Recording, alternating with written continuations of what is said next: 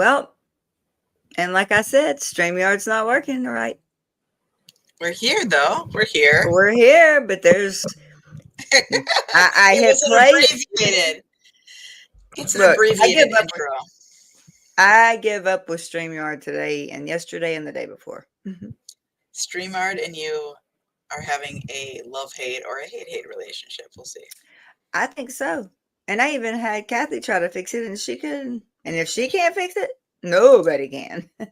Well, the good news is you hit live or someone hit go live. So we're, unlike the last time I was on, it was me and Hockey John were talking for like a good I went 20 live. minutes. And, yeah. So Hang on, I gotta fix this. New? It didn't even give me time to adjust anything. Like, sorry.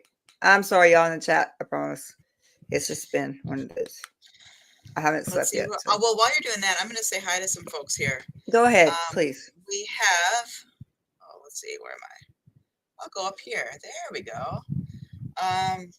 We have from a poet, Brian Lucas. Hello, how are you? Let's see, we're at about a little after 5, so I imagine you are, Arkansas time is what, 3 hours? Barbara.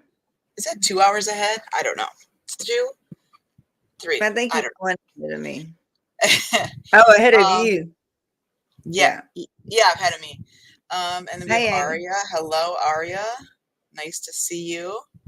Hope all is well with you. Miss Sunrise Dawn, of course. Always nice to see you from North Georgia. Hey, Susan. And we have Marie. Barbara's in. Barbara's here. Marie's Amy. Here. Susan. Natalie's channel. Okay, Natalie just had a live. That's cool. That's awesome. Yeah, her and Reese did. Oh, that's right. Mm-hmm. I've been go all day today, so I have not. Oh, I got you, Brian. I have not been on YouTube today. I have not been asleep, so I'm with you. You haven't slept, and I haven't been on the tube, so there we go. There we go. Violet L. Hello. I love the name. Hey, Violet. I love that name. Yes. Right. Kathy Ann. Nice to see you. Marie, hey, thanks for coming. And Amy Jones. We've met Amy Jones before. Nice to meet you today. I know Amy Jones. Amy Jones and our friends. Oh, okay. Absolutely. Well, nice to meet you, Amy Jones. I don't know if I've officially met you. She's a hospice end-of-life caretaker. Wow. Well, and she's got her own battles that she's fighting also. So she's my hero. Mm-hmm. Yeah. We all have our own challenges. And we have Susan P. Hi, Keilah, Gretchen, everyone. Hi, how are you doing? I like that picture. I don't know if I've seen that up close. I'm looking at it. Aria. Arkansas, thank you, Brian. Arkansas Central Time Zone. You know, there are more and more states that I thought were Eastern and are Central. It's crazy. Hey, literally no one. George is in here. Kathy Ann, of course. We love to see you here. I'm in the background. Can you believe George is in here? Hi, George. Where's George? I'm literally no one. Literally no one. Oh, there you are. All right. Hello. Good to see you, George. So I think we covered all the hellos so far. Yeah. Oh, and there's Kathy Ann. There's Kathy Ann, always quick on her feet with the Natalie and Reese live. There's a link. She put the link up there. Yep. No, I'm saying if there's one going to be found, she's going to find it. Definitely. So everyone greeting each other. I love that. So how's your day gone, Gretchen? How's your day been?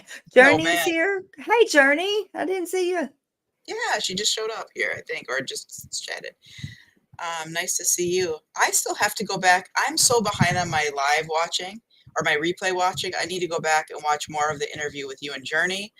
I have one that Mandy did that I want to watch. I have with the one that Jimena and Huggy John did together. That was last Friday. Now, all of a sudden, I watched that. I watched that one. I was live on that one. It was good. It's really and then good. Now they're going to do one. He said it's going to be every Friday, I think. So that's pretty cool. That's so good. I like that. You're driving into the holler first thing in the morning, literally knowing, oh, George, that's so cool. Tell Uncle Alan we all said hi. Nice. Yeah, I'm doing okay. I've just been go all day, and it feels like it's been like that all week. And Yeah, and it's what day is it? Thursday. Thursday. Yeah, it worked. Yeah, okay. Okay, makes sense. Yeah, just been one of those. But you know what? I think eventually things will slow down. At least that's what I tell myself. When I look on paper on my schedule, Keilah, I don't see it being really booked up, and somehow I'm going nonstop most days. So that's kind of crazy. Aria, what? For what? Oh, Aria, you better explain. yeah, that's okay, Kathy. You don't understand me. And we, of course, we can't forget Hockey Town John. He's behind the scenes And today he too. is back here always helping. Not wearing his Michigan State shirt, which I'm happy about. But maybe another time he will, because he often wears that. Oh, Kathy Ann, was she telling me, oh, shush, you know I wouldn't. So, What's going on, Aria? I'm really concerned. see, you mentioned surgery. Thank Yeah, you. she said she Thank you. said surgery tomorrow morning. Hey, that gets Keilah going with when you say surgery. She wants to. No, she's 14 weeks pregnant with twins. That's not getting me going. We got to break the news on our channel too. I know, but I'm thinking surgery. I'm thinking for something. Let's see this. One of the 3 bones she broke in her leg isn't healing correctly. Okay. Aria, oh God, please don't scare me So like we that. can put our Okay, mind at Brian. ease. It's the twins are still around. They're fine. They're Yes, healthy. They're growing. yes, So they let's just are. keep that. Let's see. Get that positive intention out in the world. The leg. Well, oh, John said hi to Alicia. Okay, thanks, Marie. I didn't see yours. I'm sorry. Look, I can't really see much. Sorry. Oh, Journey, do not, please, sweetheart, don't ever apologize for telling your truth. John, definitely, if anyone understands, it's him. Yeah. Yeah, please don't feel that way. That's what we're here for. To work, That's right. we can do hard things. And you know what? I think we have to trust. We have to trust each other and trust ourselves that we give all of ourselves and each other the space and the grace to step away when we need that. And that's exactly why. And I got to fix that. Speaking of. And part of healing from trauma is being able to speak your truth and not being silenced, being able to be empowered enough to speak whatever it is that you want to speak into the world. So that's right. And we understand that some people John's okay. So Journey, yes, absolutely, Barbara. Judgment-free zone. So Journey, let me tell you about what happened with me. So maybe you will feel better. I was interviewing John and I couldn't handle it. And I had to have somebody come. I had to have Marilyn come on because I lost it. I mean, I did not know that his story would hit me the way it did because I love him and he means so much to me that it really got me. And it's because we're a community and we care about each other. And sometimes it hits close to home. We're here for each other though. Yeah, that's right. What Huggy John just put there is your story is so important and needed to be told. Just hit a little closer to home than I was expecting. Please don't be sorry for speaking your truth. Truly, that were well said. Yeah, Journey, you're part of this family now. And I got your phone number. Once Keilah's got your phone number, it's all over. It's over with, honey. That's it. She knows it. It's done. How are you doing today with everything? I know it's been kind of a interesting week, to say the least, for you. Full moon, super moon, eclipse, mental health. Fill in the blanks. I love that. Short. Fill in the blanks. Fill in the blanks, lady. All right. I can do that. I can do that. Usually it seemed like when I was like doing my John. Oh, geez. Right.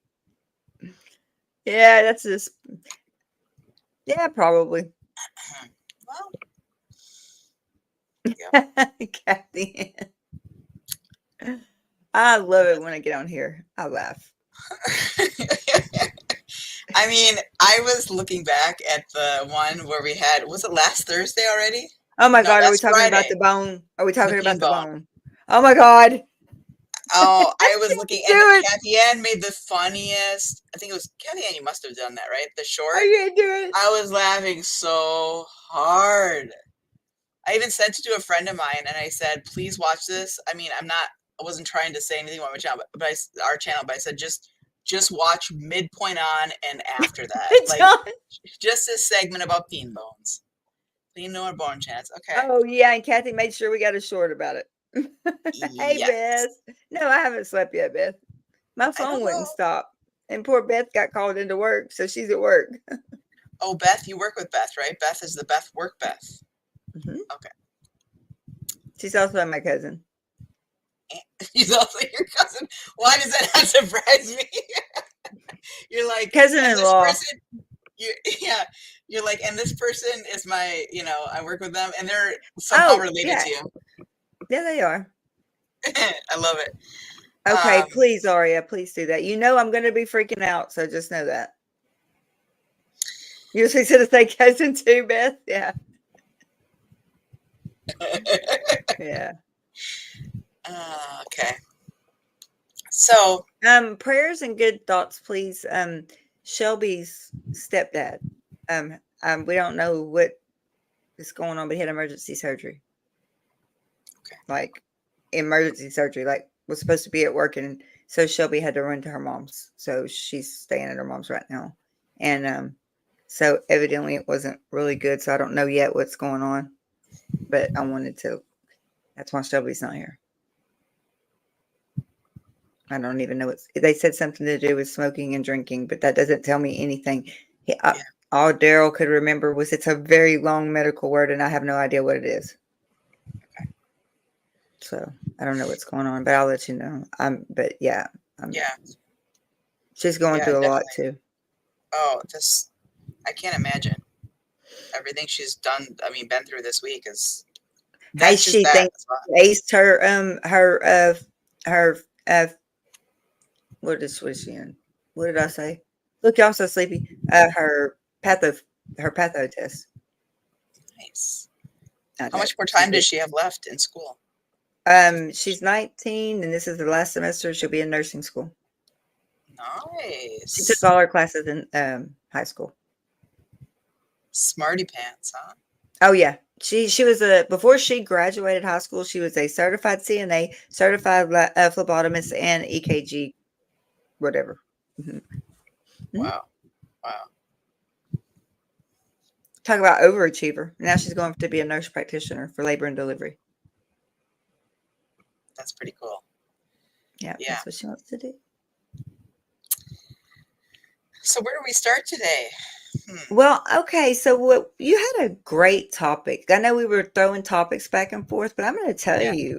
you went into my field, my side over here, where I actually do know when I work with it every day. So it is something that I'd already had prepared. Start at the beginning. Oh, Brian, you don't Start want to. okay. One day long ago now. Yeah. In Yeah, Eku, so Nigeria, Africa. I could write a book. I just need a ghostwriter. you wanna write a book as long as someone will write it for me, right? That's right. But because my brain would spit out the stuff too fast because now I'm not medicated at all. I told them today, officially today, I do not want the medication back. So we're gonna try this, All right. everybody. Hockey Town John is volunteering to be a ghostwriter. You all right? Okay, wonderful. And no, Kathy Ann's not bad at writing. She can sell. I'm not gonna Hello, say that. we have a certified author in our midst in the chat from a Yes, poet. we do. Oh, yes, we do. And I don't know, maybe we have others that I'm not aware of. So yeah, I thought we get back to less about maybe, I mean, it's always fun to just kick up our heels and whatever, relax and let our hair down, whatever. But getting into some things about some ways that sometimes our thought patterns and our thoughts get the best of us, and talking about kind of unhelpful thought patterns, that kind of thing. And maybe we can engage the chat here and see what, they all think about it. Some of you might be familiar with them. I actually just got a new. text. Yeah. I had shared my thing with someone I knew that probably wasn't going to be able to be here, and he said, "Please tell me that you're going to apply that to Scientology." He said, "I know that your all's channel is not all about Scientology." He said, "But please apply that and because he said there's people that need to hear that." So there's the message. We can do our best. Yeah. Yeah. So do you want me to? I have the 15. Do you want me to put that up on the screen, or do you want to wait? And I actually have pictures. Hey, I come prepared today. Thank you. Okay, so what the main topic, and it's on the the thumbnail, but is cognitive distortions, and this type of, and I just want to maybe intro it, and then maybe you can pull it up if you could, Keilah. Yeah, I have 3 pictures before that actually will help before that. So go ahead. Yeah, go ahead. So cognitive distortions, it comes out of like cognitive behavioral therapy. Before that, cognitive behavior or cognitive therapy, which was Aaron Beck. So, and that's the founder. And actually, he just, bless his heart, he just recently passed away, I think in the last year or two, at like 98, 99 years old. What? Yeah. Rocking a bow tie, going to psych conferences still, doing it by video, obviously, but really, nice. Till the very end, he was still into it. So, cognitive distortions. I like to call them unhelpful thought patterns or thinking patterns. They're like, if you think about going into, I don't know if anyone knows the reference anymore, like a fun house, and you see all those crazy mirrors, and you look in the mirror and it's all distorted, like you're really long, you're really wide, you're really like swirly. That's how we look at cognitive distortions. It's not really an accurate representation of, let's say, if you want to call it the reality of the situation, or you're not really being balanced in the way that you think about things, right? There's some kind of skewed perception of a situation, and oftentimes that's based on a lot of things. It can be a reaction to trauma. It can be the way that someone grew up. Maybe they're exposed to a certain mindset, and it can be definitely related to a certain religion, spiritual, or cult type situation, and their indoctrination in terms of the cult. A lot of different ways, and that affects your, what we call the core beliefs. So core beliefs are the way that you think about yourself, others around you, and the world around you, essentially. So if just to give a brief example, if I am brought up to think that, from my parents, let's say, I need to be always humble, don't get too big for your britches, you have to stay, you're not really that big of a deal. And by the way, though, you can't trust anyone. Everyone's out to get you. The world is unsafe. You can imagine how that's going to skew my perception of when I approach relationships when I'm an adult, the way I'm going to feel about myself, and the way I'm going to view approaching different situations in the world, going for a job, what opportunities I might seek. So if we could pull those up now, to see what those are. Absolutely, since they just did exactly what I knew they were going to do. So give me 1 second. Okay. Everything ready, and then StreamYard went down on me, and I lost everything. So hi, okay, so I had Paralyze. Oh, hey, Power, how are you? Okay, so I had all these saved to the computer actually, and now let me figure this out. Just give me 1 minute. I'll get it. Of course, I'm bring that up. No, I can bring the document up. Oh, here we go. There we go. Here we go. Okay. Thank you for cooperating. Okay, so here we go. And if we could, would it be possible we can like post this somewhere on our community page, or we can put it on the Facebook page too? Absolutely. After we get through with this, can post every bit of this on there. Okay. So Let's see, cognitive. And this is from There we Keilah's go. files. Yeah. Keilah's. Well, there we go. Can you see that one? Ah, there we are. All right. Now I'm going to bust out my handy, this one. This is not something I usually recommend to people. I usually like I've told you, like smaller workbook style. This one, Yes. it looks like Mr. Rogers' Feeling Good Handbook, but he has, I'm going to reference this too because I like his work on the cognitive distortions. So we have a bunch of them, right? And so again, these are ways that our mind works out things in our environment. And sometimes I always think about this, sometimes that we sometimes they are helpful in certain areas of our life and we identify that, you know, like if you think about Tampa, I'm sorry, Tampa just said, damn, I screenshot that. Yeah, I got more. Okay, so overgeneralization. All right, so let me read from this. I apologize. I usually don't like to read, but well, I've got that. You know, oh, you want me to go email, for that? Well, I was gonna say, Yeah. if we want I to can just pull that name up. I them, have it here though too. but can we name it in general, and then I'll pull up the other one with the description? definitions? Oh, you want me to read through this? Sure, of course. See, yeah, we ad-lib this, guys. We just absolutely go by the seat of our pants, so bear with us. Overgeneralization, 13 distortions. Overgeneralization, mental filtering or filters. What's that one? Discounting the positive. Thank you. Discounting the positive. Jumping to conclusions, mind reading, predictive thinking, or fortune telling, it's often called. Yeah, Magnification. Yeah, magnification. Emotional reasoning, should and must statements, labeling, personalization, and blame. Yeah, catastrophizing and black and white thinking. Okay, so there's that picture. Yeah, let me get to the next picture here. That's and one. We might not get. I mean, we might want to just take a few of these and kind of talk about them. Yeah, I'm absolutely probably think that would be the best. I just think I should have probably put a different picture up there. Can't see. What is this one gonna do? Let's see. Okay, so it's basically the same control fallacy, the emotional reasoning. So I'm just gonna pull up the document if that's okay with you. Yeah. Okay. And it will be right here. And let's go. Because it actually explains it. So each one of those. And for some of you, like I see Brian says I'm familiar with a lot of those. Yeah, it might be something you already know about and you're like, oh yeah, I get that. And then you might be interested to know like how it functions and what it looks like in real life.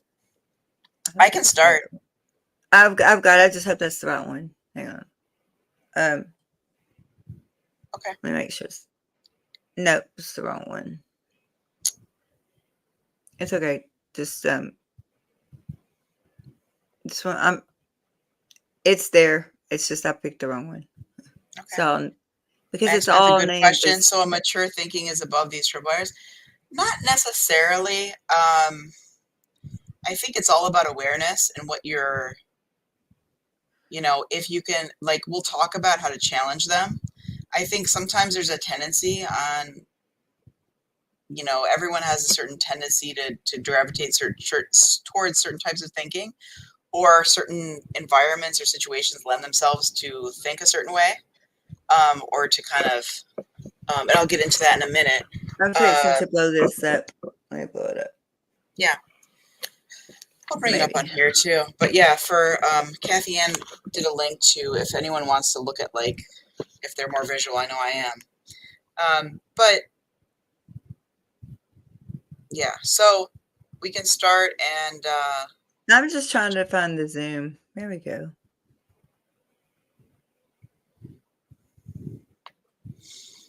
That better? Or you want me to Zoom somewhere? So I'm going to start actually not with filtering. I'm going to go down. Okay, tell me where you want to go. Mm-hmm. Yeah, second one, polarization or all or nothing thinking. Okay. The reason I want to start my gosh. there. Yes. Yeah. because I was thinking about these and which ones I want to present. And this is one that I think, by the way, has been really, I was thinking this in terms of sometimes in our community, this community I'm talking about on YouTube, and the ones that a lot of us might with SBTV and the anti-Scientology community. This one, and it might also relate to some of the more of the cult-like thinking too. And what I mean by that is it's us versus them, right? So it's all or nothing. The all or nothing thinking is we have to put someone in another category, a battle kind of like, because in other words, can you be friends with a person but also not like their actions? Yes, of course. Can we identify things from other groups that we may not appreciate some of their behaviors or things, but still appreciate their cause? Of course. But sometimes, especially with, and this is where your friend, I'm going to talk about Scientology or cults, there is a very black and white all or nothing pattern, right? It's either you have to go all in into this way of being and thinking and doing. Otherwise, there's going to be repercussions for you, and they're going to be serious. We see that a lot. I mean, you talk about disconnection, you talk about going to the RPF, you talk about a lot of like going to ethics, even the idea that you have to go to ethics for something and what that looks like and what the situation is, right? If you question, right? The idea of questioning something, and we should be able to question things. We should, even if we believe in something, whether it's a religion, politics, whatever it is, whatever the perspective even people. is. Yes. I mean, and we see this a lot with trauma too. Is the idea there is when you're depending on when a person suffered a traumatic event, and developmentally where they were, it's a coping skill in a way to think. You have to assess someone if they're good or they're bad, right? Because that dichotomy, that black or white, all or nothing thinking can be a way of survival, because you want to keep yourself as safe as possible. You don't want to be in a situation like you were. So how can I assess that this person is good or bad? And eventually getting to the point where maybe that's in someone's life is not helpful to do that all or nothing thinking. So it says here, polarized thinking is thinking about yourself and the world in an all or nothing way. When you engage in thoughts of black or white, they're with no shades of gray, like we just talked about. And I like to stay in that gray area because I find myself, I do my best not to say always, nothing, all of those extreme terms, because I'm dealing with the patient right now that it's just like that. I love this. I hate this. And there's no like, dislike. It's all or nothing. Like it's that exactly right here. And I tell them, you can like something that you don't love. You can dislike something, but you don't necessarily have to hate that. And that is what I am working on with her right now currently.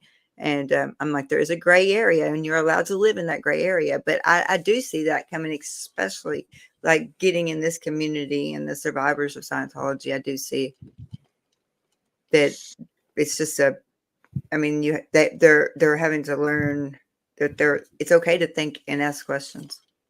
Right. And another component of all or nothing thinking, as it says here, is all or nothing thinking usually leads to extremely unrealistic standards for yourself and others that could affect your relationships and motivation. Black or white thoughts might also set you up for failure. And this is where I like to say not only unrealistic standards, and in the sense I like to add on rigidity. And this is where I see, like with clients that I see with depression, it's, let's say they have a core belief or a system that, they measure their life by one thing in their life, and they say, well, if I can't do that, I'm a failure. I'm, this or that. And it's very unrealistic. It's a very rigid standard, and it sets them up for, well, what about this? You did this or you did that, and you point out things, and it's, it can't be integrated because it's just that black and white thinking. Well, I just, No, they don't comprehend it. All or nothing thinking can also get in the way of change behavior, right? So if someone says, like, let's say a change behavior is to start exercising more, and someone says, well, and let's say they haven't exercised in a long time, and they say, well, when I used to exercise, I used to run, for an hour a day. But if I can't do that, then I feel bad about myself, and so I won't do it at all. Well, that's very all or nothing. So then you Right. say, well, to challenge that, like you said, the gray area would be, well, what if we do just the step, the small step towards that change of where you want to be? Maybe you get to an hour a day, but you start small. Yeah. You do like 5 to 10 minutes walking, but you do that consistently and you set up a pattern.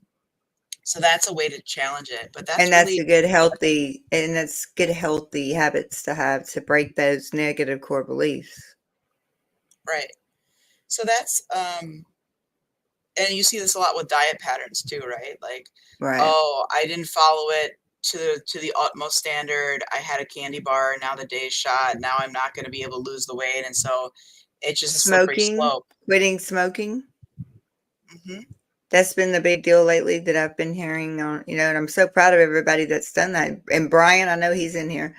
But it's just like the ones that have quit smoking, Marilyn, and I know Brian, there's a lot, but I'm so proud of them. But I like the outlook on it, like Marilyn gives. She's got that gray area thing, and she's like, if I do mess up, it doesn't mean I failed. It just means I'm just going to keep trying harder. So she's got that, that attitude. Because, like we've talked about, it's not a linear pattern. It just doesn't go straight like this, right? It just doesn't keep going. There are setbacks, and the setbacks is what you do with those setbacks. Yeah. John, will you pop that one up from Kathy Ann, please, sir? Absolutely. And congratulations. Oh, no, the not other that one. one. The next one. The next one.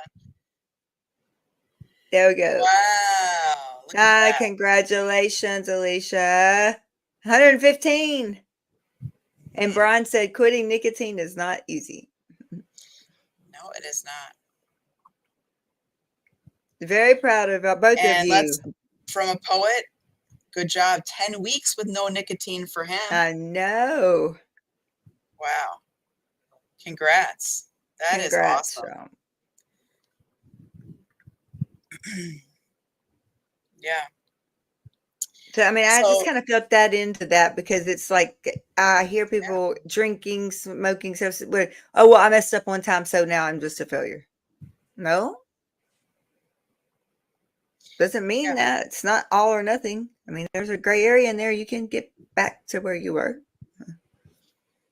Right. And again, that goes back to what you want to focus on. And I think we'll go to, this is a good segue to, let's go up to filtering. Let's try that one. That's down? The first one. The first one. Okay. At the beginning. Yeah, because I've got it so big now I can't see it. Yeah. So mental filtering is one, and many of us do this. Mental filtering is draining and straining all the positives in a situation, instead dwelling on the negatives. Even if there are more positive aspects than negative in a situation or person, you focus on the negatives exclusively. So they use the example here, like if you're if you're getting a review, an evaluation at your work, and your boss comes into you and talks to you and says, hey, you did X, A, B, C, D, E, F, G. You did like all these 6, 7 things wonderfully, but there's just this tiny little change that I want you to make. It's drowning out all of that, like all that positive, that 6, 7 items that were just said to you, just focusing on that one thing that you need to work on. Of course, you need to focus on it, but to let that kind of draw you down into a bad mental space. Right. Yes, because that definitely can do that. And you've just not heard everything that was before that. The positive side, but you're going to filter all that out and focus on the negative. And, I mean, that unfortunately, that's a real thing. So. And some people do this inevitably, like when they might go to a party, right? Or any kind of experience. They're at a restaurant let's say you sit down at a table and you're at a restaurant, and they might say, maybe all of the experience, the service was good, the food was good, the atmosphere was good, but the temperature was off, right? Maybe it was too cold or too hot, a little stuffy. So that they focus on that one thing, right? And that becomes more of what, even though there's all those positives about their experience. Yeah. So that can be a hard thing, and this again can be learned behavior, right? So that's where I was fixing to go. That could be learned behavior from being in any type of like a narcissistic relationship, or even from your parents, a dysfunctional part of that. There's a lot of things that you could use that for learned behavior. Mm-hmm. Yeah. So Okay. Yeah, it can be hard because it can be learned behavior. It could be something that's taught to you about situations, or it can be, like you said, something that's directed towards you. Like you try your best to do well, and then the person might just focus on might give you some compliments, but also just might zone in on something and filter out, or you might filter out. More. Yeah. I was gonna go wherever you told me to go on here. Okay. Let's go next to discounting the positive, which is after a couple down. Yeah, I'm going. Let's see. Right there. Got it. Yeah. So, if you have any questions, anyone, or you want to put in the chat any kind of experiences you had with this, or counteracting them, and kind I of guess we working should through them. interact right now with the chat a little bit, because we do have Yeah. some start questions. We have some questions here. Let's see. Well, Journey, Kathy Ann thank you, Kathy, for showing everything on the and we will post this on the community page. But Journey has, are you gonna bring up Journey, Sean? In the comments, the start, or do you want me to do that? Okay, he's got it. It's strange for myself. I'm black or white thinking, but for others, I stand in the gray area, supporting whatever they want to choose. Yeah, and looking at that is being as gentle and kind to yourself with looking at the gray area in yourself as you are with others. And Journey, the different. I was just asking what I know your story and honey, and if you don't want to share, please do not feel like you have to. You just do not, any of you, if we say anything. I was just asking you when did you realize that, or do you know how you became that way? This is an interesting question I wanted to ask. Yeah. And I hope she's still in here. But yeah, and that can be tough. That can be tough. Oftentimes we're able to, maybe do that in a way for others, or, the people around us, but still have a very black and white thought pattern for ourselves. Yeah. Kathy Ann, as a chronic pain patient, I have learned if I let the daily pain tinge and discolor the good pieces, there won't be any good pieces. Oh, sorry, there won't be any good pieces. Yes.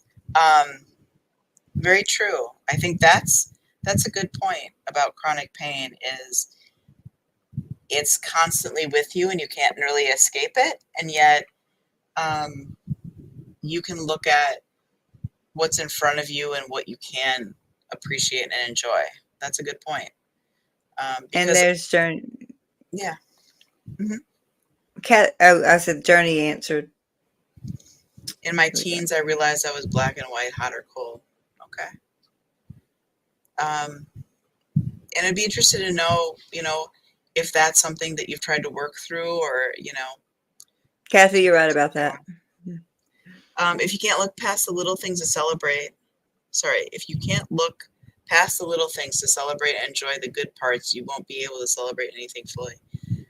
Tampa Bay chronic pain is exhausting. Yes. Yep, it is. And even my husband called it out. We've been together since we were 17 and 18. I started to learn to listen to others. Yeah. So, Journey, do you have you figured it out where you are you able to find that gray area, or are you still just black and white, but you've learned to, I don't know what I'm trying to ask. I'm lack of sleep. Maybe Gretchen can spit it out for me here. In terms of, have you been able to resolve it? I think maybe if I'm reading this right, and you can correct me, Journey, with your husband, someone that you trust in your life, if I can make that assumption, you know, I hope you trust your husband. When he calls you out and you're aware of it, you start to learn to listen to others and take their, we call that kind of, you know, like a reality check or reality testing, is like, this is how I'm thinking about myself, or this is how I'm thinking about the situation. And you kind of check it out with other people, and they say, yes, that's right, or no, actually it's, you know, I see it this way. So you can kind of incorporate others' points of view, which is really helpful for something like that. What'd she say? Not with myself. It's confusing. I feel like I am two people. It's weird. Okay. We might have to have you back on Journey and deep dive into that subject. That's pretty interesting.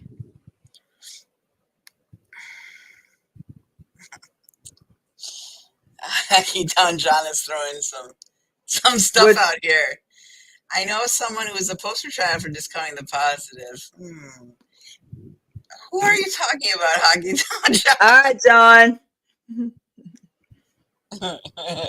I see. Okay, Brian.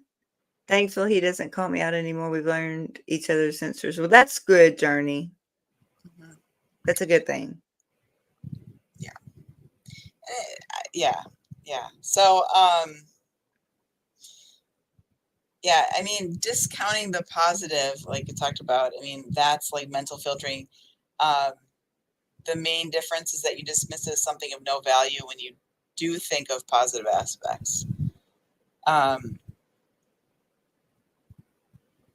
Yeah. So when you, if I can, it's not that you're filtering out the negative. It's here, you dismiss it as something of no value when you do think of positive aspects. So you're seeing it as, I just got what John was saying.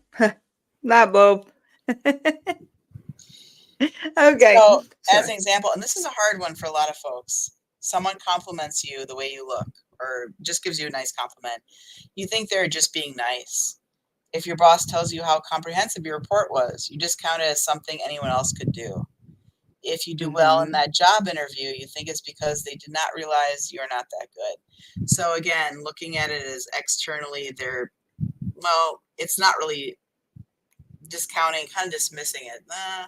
No, it's just because they don't really know me, or they're just that they're the ones that are caring. They're not. Or if you tell somebody that they're more intelligent than they want to admit, and they go back to either I was raised in a cult or Jesus wrote the Constitution. And yes, I am talking about two of my friends. Hey, right. Tony, welcome in. You're not late. You're fine. And by the way, when someone compliments you and calls out you for your strengths, and going back to the cult idea, when you're in a cult, you're not supposed to stand out, right? Your individuality is suppressed. It's pushed down. So a trait or something that makes you stand out in a way that's positive is... You don't want it because you don't want to be noticed. Right. Unless they can use it for the cult's advantage. So right. In that sense, and it's still not called out for that being it, you know, we don't want to give that person too much notoriety for that. So right. It's for the benefit of the whole. It's for the benefit of the mission. Oh man, right? Yeah. And this can actually, discounting the positive also can go in line with, not always, but with low self-esteem. That's right? Exactly what John's talking about. Low and no self-esteem. Being told that you're supposed to be that one way your whole life and not allowed to, you know. Yep. And then when you actually have your freedom and you're trying to tell this person you're You're beautiful. You got a sense of humor. You're wonderful, you know, and then it's like, no, no, no, no, no. You can definitely see the damage that was, you know, that I mean, in a lot of people that have come, and a lot of the second gens, they're just now getting their foothold here. Yeah. And sometimes that can, yeah, it's, and also it can be, except compliments are an interesting thing because even culturally or based on families or something, the idea there is to be humble and not to get too, uh, Right. too much ego, let's say, too much It's the ego. self-confidence, It's the get, ego. yeah, get too The cocky. And pride. The pride. so it's like Yeah. compliments. It's like, no, this whole thing. Oh no, it's not. It's not, oh Mm-hmm. no. And you dismiss it, right? It's like someone trying to give you a compliment instead of just saying, yeah, thank you. I appreciate And that. it's second nature. Hmm. I mean, it's just like second nature. That's what you do.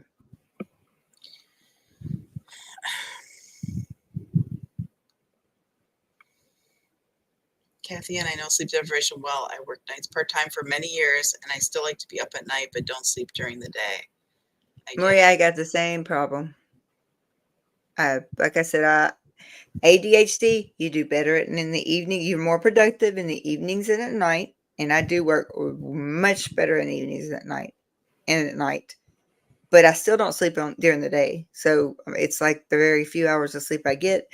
But now I have officially, and it's kind of weird saying that. I did tell them today I'm no longer wanting to take that medication. So I will not be picking it up.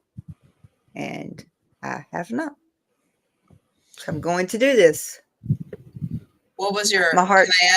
can I ask Mhm. what your, if you don't mind sharing, what was your mindset about not taking that My heart is anymore? more important than me thinking a million thoughts at one time. Because it was affecting your heart pretty significantly. My heart, well, I don't know if it was. I don't know. They never found out. I just know that my resting heart rate was 160. It's taken a long time to get that down. My legs were bigger than my thighs, you know, my ankles, and I was just having all kind of rounds of AFib, and it wasn't holding. You know, my metoprolol wasn't holding anything, and we so we started and then my thyroid was off. I had no idea about that. So with all of that, with the Synthroid, not the furosemide, but the torosumide fluid pill, me only having one kidney, then they doubled my metoprolol and aspirin every day. I mean, it's just a whole new regimen of medications I have to take, and Yeah. I'm like, but that's one that I wasn't taking because I was sitting at home and while all this is going on, and I don't take it unless I'm working on a project or working at work. And I'm like, wait a minute. So my heart rate's stable now. It's my resting heart rate's like an 80 in 88 from 160. Now I've taken Vyvanse for 15, 20 years. It's never done anything to my heart, but never say never because I'm scared to. That's my mindset. I do not want it back because I'm scared to death that my heart will start doing that again. Yeah. And if you can come up with strategies to help with the ADHD, I've I been mean, watching videos. If you've got any, you can let me know. oh yeah, I do. There's a cool online, like even an email listserv called ADD Etude or something like attitude, but ADD Etude. There's lots of resources, so I'll send you some. And there's even books. I mean, I know these days a lot of people they don't have the time to read books or even the focus. If it's But audiobook. okay, yeah, Oh, there's I a lot love of cool audiobooks. My resources. whole library's full. I'll listen to them all day long. I love audiobooks. Yes, absolutely. Um, I lose my place a lot on the actual okay. reading of the book. I mean, Oh yeah. I went to law school. Come on, but it's just the fact now that I'm not on. I realize I'm not on the medication. It's finally out of my system. So, and I was scared to go back on it. I don't want anything to happen to my heart. No, definitely not. And that's sometimes, yeah. And that's, no, I was just curious because, But yeah, I'm just got scared. I mean, I'm 50 years yeah, old, and I don't want to play around with my body. I want it to remain here for a little while. And I was just talking to my GP earlier before I came on, and for like a follow-up appointment on the phone, and he was talking about like heart disease, and we're talking about different risks and stuff like that. And he said heart disease, and I didn't know this stat. He says heart disease in women at 55 and 55 and up is about the same. It levels out to about the same risk as men have, but before 55, Oh wow. but before Oh God. 55, it's less. That's what he had said, and so I didn't have time, but I wanted to look up the research or kind of the data on that because it's interesting. Right. I mean, I guess heart disease or heart attacks are the number one cause of death. It is. Well, it was. I think fentanyl is now. Oh, okay. But also they found out during all this peripheral artery disease, I have PAD. So that's the only thing they could. I mean, that's really not a diagnosis that you can.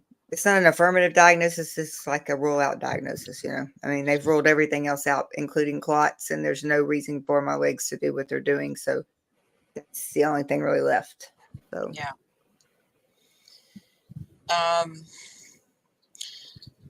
So we went through a few. I don't want to overwhelm people with all the different ones. Y'all want to go through one more, or let me see sure. what they I mean, we can. I mean, I was going to see if the chat is if y'all are interested in us.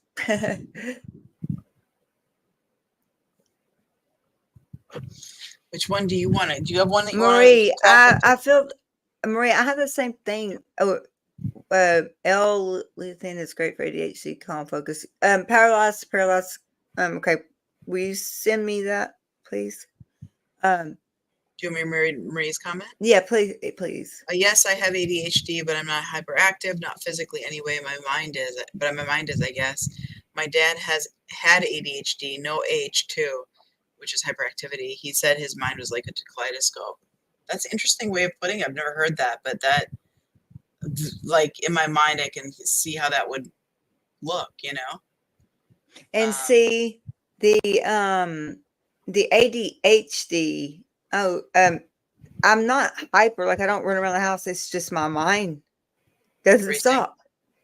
Yeah, I mean, or like it jumps. Does it jump like here? It jumps everywhere. It's squirrel. That's exactly what happens.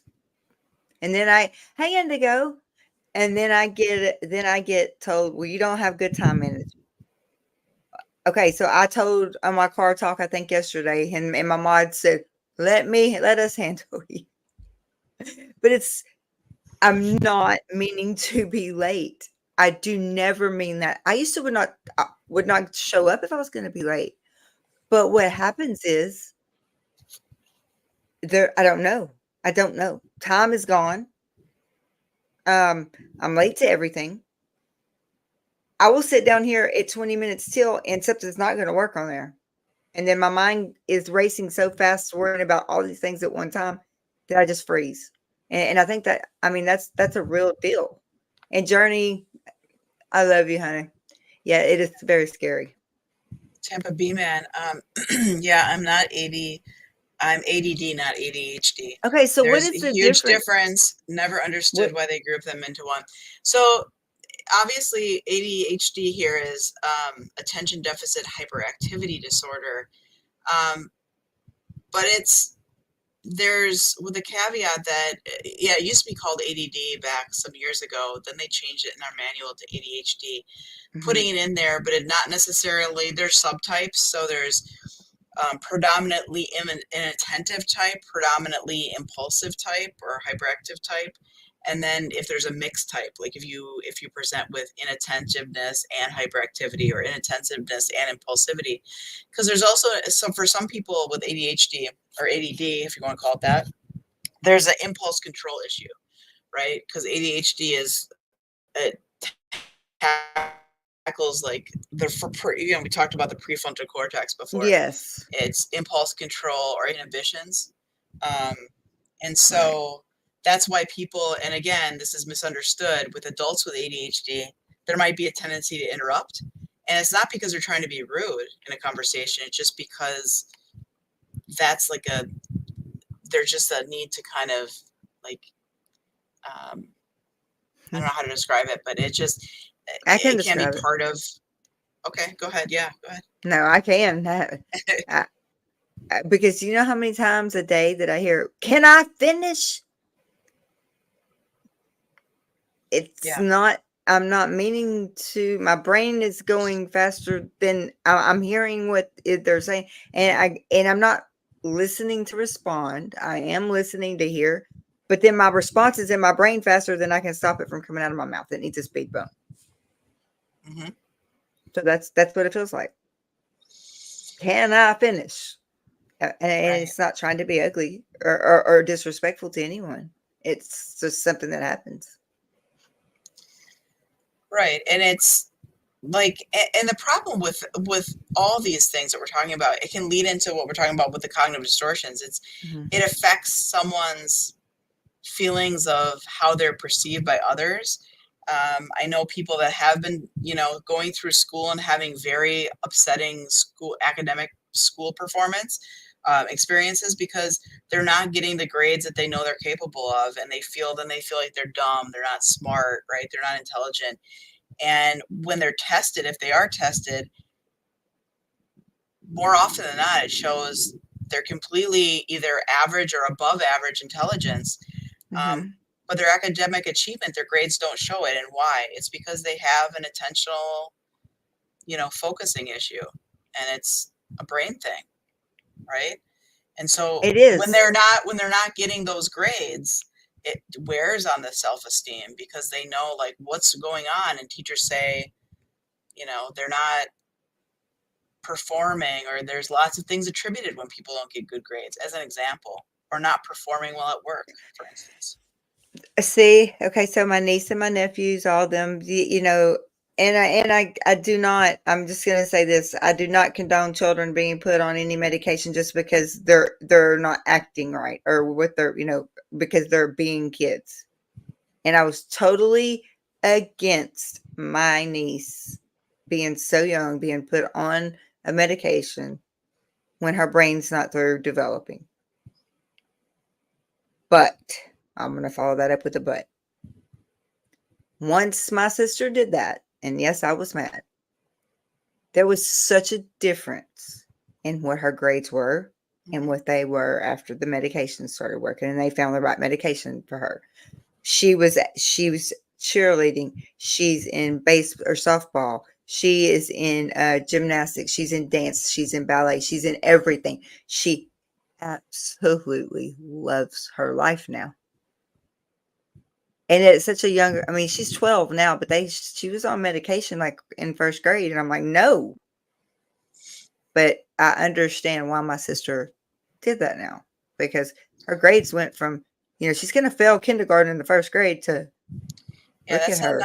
that's not a fun start, especially for a kid who's wanting No, to be the best that they can be. I'm sure. Did her personality change at all? I mean, sometimes we see that with kids or even adults that are medicated with ADHD medication. um, with her, no, not really. Her personality never changed. She's my same sweet baby. I mean, I say sweet baby. I'm practically grown up now, but I And mean, when I mean she's just personality, sorry, I just want to say when I mean percentage change, I mean what people report sometimes is like their kid is not as like they're more subdued. In other words, um, she didn't take it on the weekends, and she didn't take it during the summer. That my sister only gave it to her during the school week. okay, I never really understood that though, being said I know about medication because that's what I work in is, the medical field, that you have to keep that in your body, that level, your therapeutic level of medications. So sometimes I wonder, I didn't, and I really don't know because I've only been on, they've tried me on different medicines, but the Vyvanse is what I've been on for over 15, I don't know, 20 years. yeah, but I've heard that too. Is they put them on with like a medication vacation on the weekends because another thing that I think parents, not only the brain thing that you're talking about, parents Mhm. sometimes have concerns about, but the significant decrease in appetite and therefore not getting enough nutrients or not feeling like eating. Right. Some No, kids that's have true too. that. Yeah. And so parents are worried She about wouldn't that. eat Like, anything. yeah.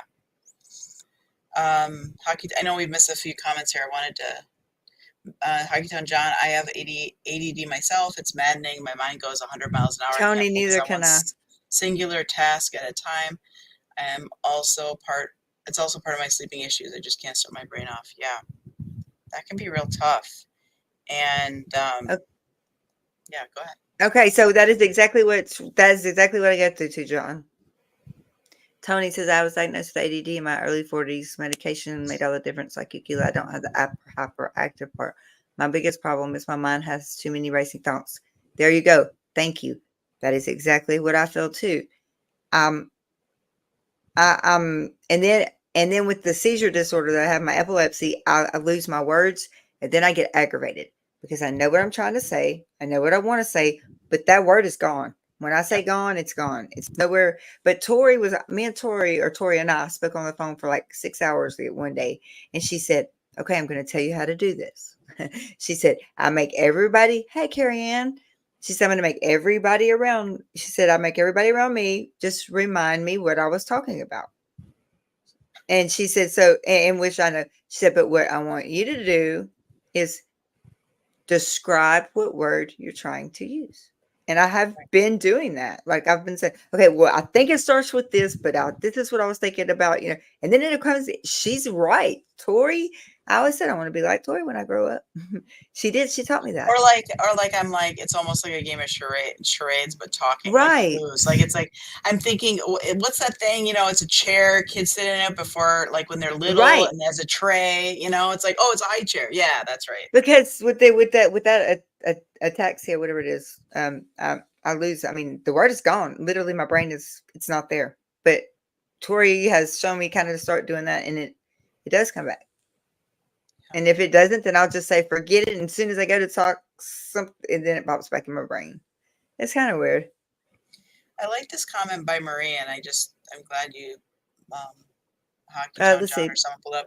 Medication can be like glasses for the brain. Can't see, corrective lenses. Can't concentrate, medication can help.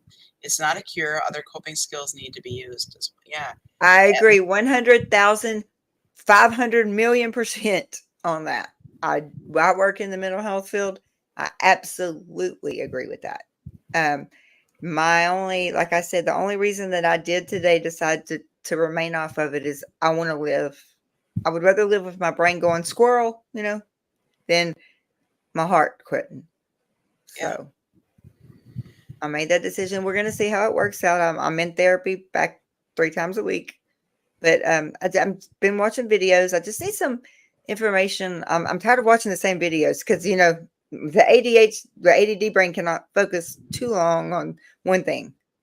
And well, I think a couple things that come to mind for if I can, Keilah, and I know you have a therapist. I'm not overstepping on the therapist. no. But I just wanted to say that sometimes we also gravitate towards like jobs. I'm thinking about some of the work that you've done, that you've shared with me about being a paramedic for 20 years and doing certain things. It's fast paced, things are thrown at you. And ironically, it can kind of match where your brain's at, right? And you do it well. You do it well because you're like, this is that. And weirdly enough, if you were in like a quiet, absolutely quiet office with no activity, it might be worse. Do you find that? I did not. I agree with you 100%. You know why? Because I have a degree in accounting. I cannot sit in front of a computer for 8 hours punching numbers in a computer. Will not happen. Yeah. I think I would scratch my eyeballs out. I'm sorry.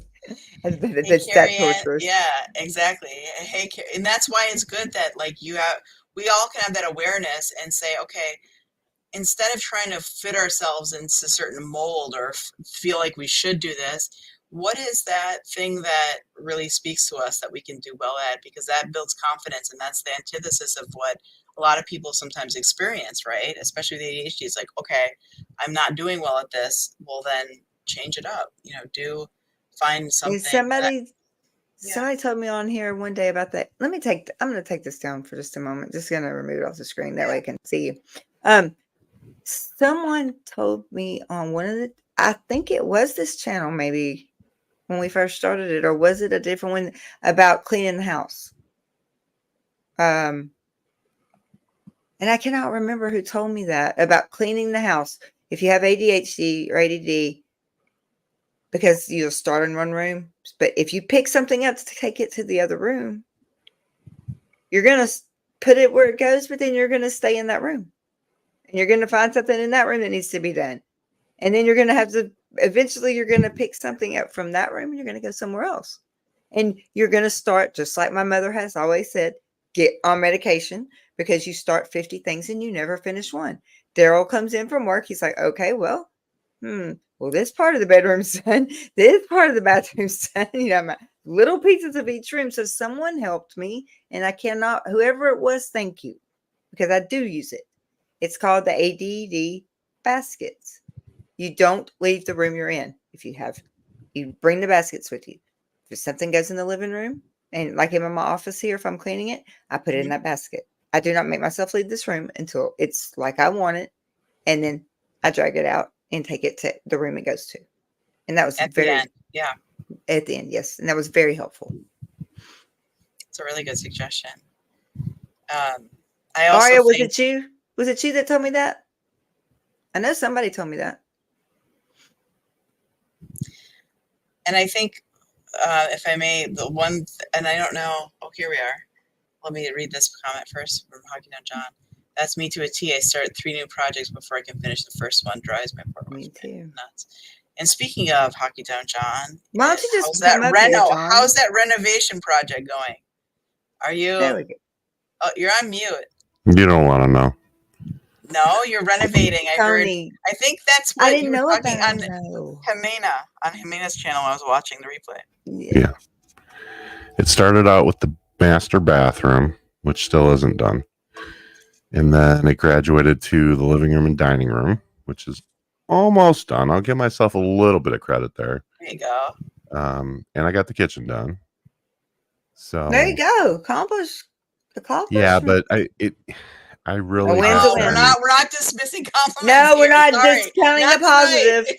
Not tonight. Right. No butting. No butting. No, but my wife has to walk around behind me with her foot in my butt to get me to finish the first thing. She's like, yeah, that's a great idea. Those other 3 things, those are great ideas. Let's put a pin in that and finish this one first. So it doesn't help that I'm a weekend warrior, And you just want to, you see it, you want to do it, and you started. And you're going to finish it. But it's exactly what you're saying, Keilah. I started out with one room. Okay, so we started out with the kitchen. We really wanted to remodel the kitchen. And I learned how to do epoxy. And we made, faux granite countertops, and we did it all ourselves. But what an ADD person does is they stand back and they look at it, and then they look at the adjoining room and they go, oh, you know what though? If I do this, then I'm going to have to do this. And then you look at the room that's attached to that room and you say, well, shit, if I do that, then I need to change these things. And the next thing you know, your entire house is flipped upside down. Nothing's getting done, but you got a lot of good ideas. That's why my mom said, Keilah, you do really great at work. I don't like sitting in that office, but you do great at work. But look around. I'm like, what am I looking for? She was like, look around. You start 50 things, but have you finished and actually had productivity on anything? And I really thought she was trying to beat me down, but she was telling me the truth to make me see that I had started all these projects at work and I didn't finish anything. And I can't remember who it was that said it. I want to say it was Aria. I think it was. It was Aria. But when you use that analogy of standing in a room with something in your hand, I thought, oh my God, that is me. That is absolutely me.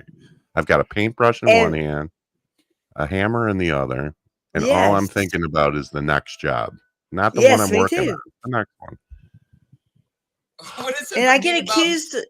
Wait, I was just going to ask, what does it mean about me that I've been renovating my 10 by 11 square foot office for like your office is so gorgeous, though. You look good. I love it. Yeah. But now I have like, my husband's like, why don't you just put pictures on the wall? I'm like, but I touched up the walls and it's not the same matching paint, even though I matched the paint. And he's like, oh no, I'm never going to get that thing That's done. where it starts. Well, my office was redone for the first time in 20 years. I got a new office now. It is totally done. Got my new furniture, everything in there, but it's not decorated yet because I haven't quite decided. I mean, I've got the curtains, the color scheme. I've got some stuff on the walls, but I'm just now getting my mental health stuff in that I want to put on the walls and my positive affirmations for them and just different things like the things that you have, John. Mm-hmm. Yeah. And then I walk into my office yesterday and Beth has, so it was a joke. It's a little box of cards for the employees that has little cuss words, like have an amazing effing day, where everybody needs to get I mean, it's funny, it's inspiring, but she hangs them up on the walls. I'm like, no, those are not the ones I was talking about. I went ripping them all down. I said, don't touch anything else in my office. Nobody. I would like to be a fly on the wall sometime, God, it's not pretty, I'll tell you. I got flies on the wall, so all I got to do is click on the app. He's like, flies on the wall there. Indigo's got the right idea, but that doesn't work for me, kid. It's easier to clean if you start with a small 10 by 10 square, which is about what my master bathroom is. Smaller helps because you're more able to complete a small section and create that serotonin hit from completion. You would think so. You would think, right. But I redid the countertops in the bathroom. So I did the vanity countertop. I did that, and we have a big, like a garden tub with a wraparound countertop. And I epoxied those, and I, made them faux granite or whatever. Hang on, wait, go on. I'm fixing to miss this. I don't know what they're talking about. Okay, wait, Tampa Bay. Yes, I agree with you about the. I have to write it down, carry it with me, then I forget where I put it. That's the story of my life. But no, on here, the Tampa Bay wanting to do it perfect. So are you talking about OCD? The one that you were just up. Things I want to do, I want to do it perfectly. If I can't, then I'm not going to do it. I didn't tell her anything. Why is she listening to my conversations? I thought this was confidential. Okay. I found this on the web, but I didn't tell her anything. Why? Just us and a bunch of YouTube. Check it out. YouTube world. Oh wait, did y'all listen to this? Yeah. What is she doing? She just said. I didn't tell her to listen to my conversations. Oh, I didn't find the thing I just said to you. It's saying back to me. Yeah. I'm going to blame Osa. That's what I was fixing to do. Or okay, no, now I'm all. Remember, you were talking about squirrel. Squirrel, full really? Moon. Full moon, lunar eclipse, mental health. Okay. Yeah. So the thing about wanting to do it perfectly, that's a hard one to, and I don't know if you said that, Tampa Bay Man, because it's something that you feel like you want to change, but perfectionism can be really hard to battle with, and that's a lot of when I work with someone that's perfectionistic and is really impacting their life in a not such a great way. It's being comfortable with being uncomfortable.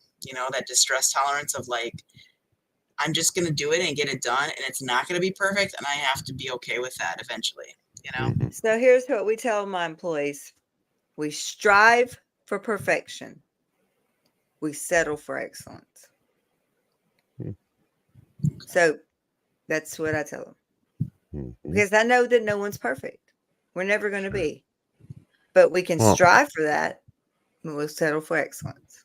How about if we strive for excellence and settle for mediocrity? Well, not at my job, that's people's lives, but in my life, yeah, that's probably the truth. That's how I roll. No, I'm just kidding. Carrie Ann, I did not know that you had the shots. Oh, wow, I did not know that. Oh, wow. Focus. Okay. Wow. Okay. Yeah. So, I did not know you had the shots, Carrie Ann. I didn't realize that it might. We will talk about this Sunday. I didn't realize it would affect focus, but it kind of makes sense if it's related to. It's more nervous system related, right? The parasympathetic. So it's gonna slow everything back down, reset. And Violet, she says, I'm trying to do smaller tasks. Yeah. It's that constant redirection, as John, you said, like, it's just like putting on like those blinder, like, and saying, okay, I'm just focusing on this right now, and I can't look at the other rooms. I can't look at the other projects that I know could be completed, but and that takes a lot of effort, but it's yeah. It's all right, Marie Rassico, this is my thoughts. Right this is on my the mouth. head. Yep. This is my head right here. Go ahead. Going Read from it. one room to another, crossing a threshold, somehow erases the thought you had in the other room. I try saying what I'm doing as I walk through the doorway when I remember to. That's it. That's facts. That's facts. Facts. Absolutely. I mean, that is it. That's it. Now, perfectly said. Now, let me ask you two a question, because you're professionals, obviously, and I am not. So, even at this late stage in my life, I know. I mean, I've never been diagnosed with ADD, but I know I have it. And who do I talk to about getting a diagnosis? I mean, do I speak to my general practitioner and he refers me to somebody? You have to go to usually a psychologist or psychiatrist to get They put you through testing. I'm sure anybody can do the test, but see, we see all in one. That is what I love about my doctor. She treats mental, physical, because the body's the whole. So she wants it all treated at once, and she's got the credentials to do that. Now, is she like a holistic doctor or something? No. Oh no. Oh, okay. Medication out the butt. Okay. There you go. That's interesting. I don't think I've ever heard of that before. Somebody who specializes. No, we have that here. And she comes to our house. They implemented this idea to bring back the old house calls, right? Like right before COVID hit. And I told the owner, I said, Garrett, you could not have thought of anything better. Hey, Jazzy girl, I said, that was the perfect business plan at the actual perfect time. And I don't even know how big they are now, but we were their first facility. And then my family, we all see them because they come to your house. You don't even go. They have an office, but they only go there to pick up supplies. Well, that's unheard of up here. Yeah. So John, if you don't have one of those house call type people like Keilah does, I would say, and to kind of reinforce what you said, Keilah, is it depends on what you want. If you just want a diagnosis for your own information and to be able to, let's say, if you're seeking like medication, if you would like to try some medications, obviously a psychiatrist can do that. Or even just coping mechanisms, how that's what I'm wanting right now too. Yeah. I'm dependent on medications for so long. I'm not a firm believer in medication solves every problem. I prefer to try to solve it myself, but Okay, so John, let me say this: medications don't solve every problem, but if you had an infection, if you had pneumonia, wouldn't you take antibiotics so your lungs would clear up? Okay, so same thing with your brain. Even though you can't see it, sometimes it does take medications to correct what's going on in there. And it's no shame to that. I would still be on my Vyvanse, but I don't want my heart to blow up. And that has been scared the hell out of me. Well, and that's what I was going to say. I mean, I have blood pressure issues too. And so I'm very careful about what medications I can and can't take. They have non-stimulants. None of them worked on me. No, they have tons of non-stimulants. They have extended release non-stimulants. I mean, they have everything. But we went through that whole regimen, and then I went to the Adderall, and there's no way in hell I could ever take that again. I shook like I was in I couldn't do it anymore.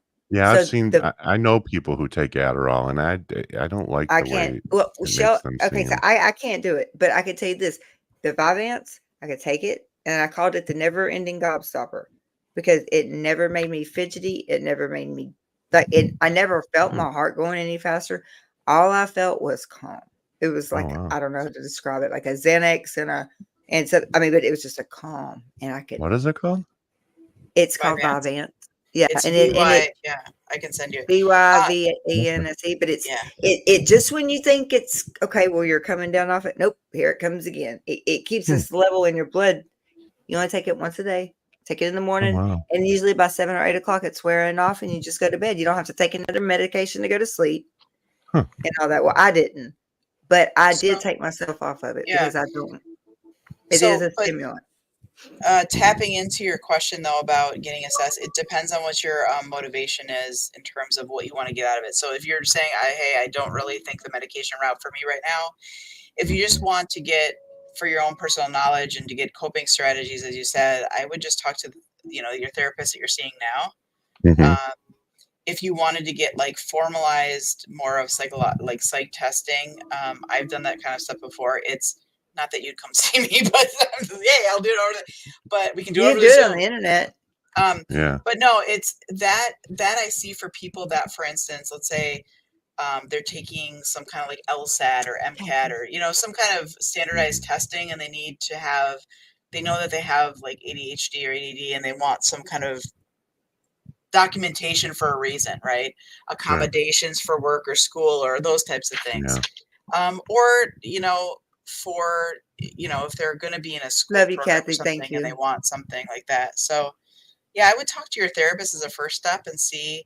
There's oftentimes if they do a clinical interview like I'm sure they did at the beginning to kind of get more in depth in things, and you say, hey, they might evaluate that a little specifically and give you like some self-report measures that you fill out about your symptoms. Yeah, that's usually a standard practice, clinically speaking. Yeah, it actually sounds like maybe a combination of those two things might be in order. It's like a light medication and then skills to be able to don't take this medicine they put me on for night medicine. I'm never taking. I took one. I won't take another one. Let me just tell you. Well, see, that's my fear about medications, because I hear so many horror stories about people. I'm not going to wait for this horror story, because it would be a horror disaster. It's a hypnotic, and obviously you're not supposed to be hungover in the morning or feel sleepy in the morning. You're supposed to, but it says do not take it unless you are going to bed within 20 minutes and you're going to get at least 7 hours of sleep. I haven't had 7 hours of sleep in the last 20 years. I was going to say, I couldn't tell you the last time I had 7 but I hours took it. Continuous. And it says you could drive a car and not remember. You can get up and cook food and not remember. No, thank you. Oh my God, no. Well, no. So I'll say this: there's obviously a whole range of different medications, and just because obviously the one thing doesn't work for someone doesn't mean it doesn't work for someone else. They just trying to comply me to societal norms. Yeah, and one size. With medications, one size never fits all. So correct. I'm going to rebel on that one. I will sleep when I get sleepy. And there's, there's always things that you can test out too. I'm a big fan of like holistic, like looking at dietary stuff. What dietary changes could you make, or what type? Like even, I think I mentioned this on one other live another time. Like, absolutely, I was seeing a therapist before, and I was having trouble. Right, are you? I was having melatonin don't work. I'm sorry, I'm answering them in the chat over here. Mandy, I tried melatonin. Yeah, Mandy, I've tried melatonin. No. But it's just like even just being aware of what you do right before you go to sleep. Like I was finishing up dishes and cleaning stuff, and my therapist is like, "Don't do that stuff," and I'm like, "But I want to get it done before bed," and she's like, "Well, push it back earlier in the night."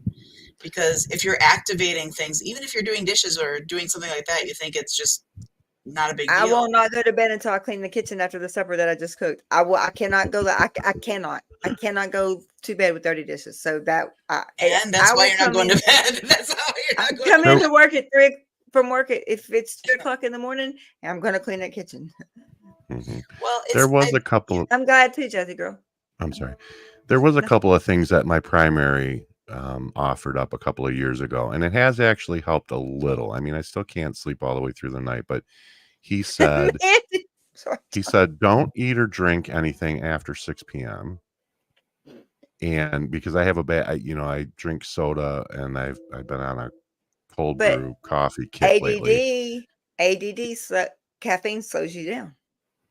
Yeah, that's always been my experience. But For me, and so when people are like, "Don't drink tea, don't drink coffee, don't drink Cokes," I drink tea. I don't drink Cokes ever. Mhm. But I do drink tea, and it is caffeinated, but it slows me down and puts me to sleep.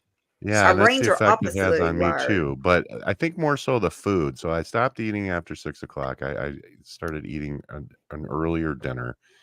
And the other thing was, I always had this bad habit of watching TV before I went to sleep. And he explained to me about blue light and, how that can mess with your sleep cycles and your circadian rhythms and all that stuff. Oh, well, my So circadian rhythm's screwed. I try to cut myself I'll have off one of those. at 9 o'clock every night so that I can go to sleep by midnight. That one, I'm still on the fence. I mean, I don't really notice a whole lot of difference. Okay. Well, John, here's the deal. If I don't wear my earbuds and I don't have my iPad, I'm going to be in a place with striped uniforms on that you wear every day. And the walls are made of gray steel. And I probably would never get to come out again because I can't stand snoring. And I'm afraid I wouldn't be responsible for my own actions.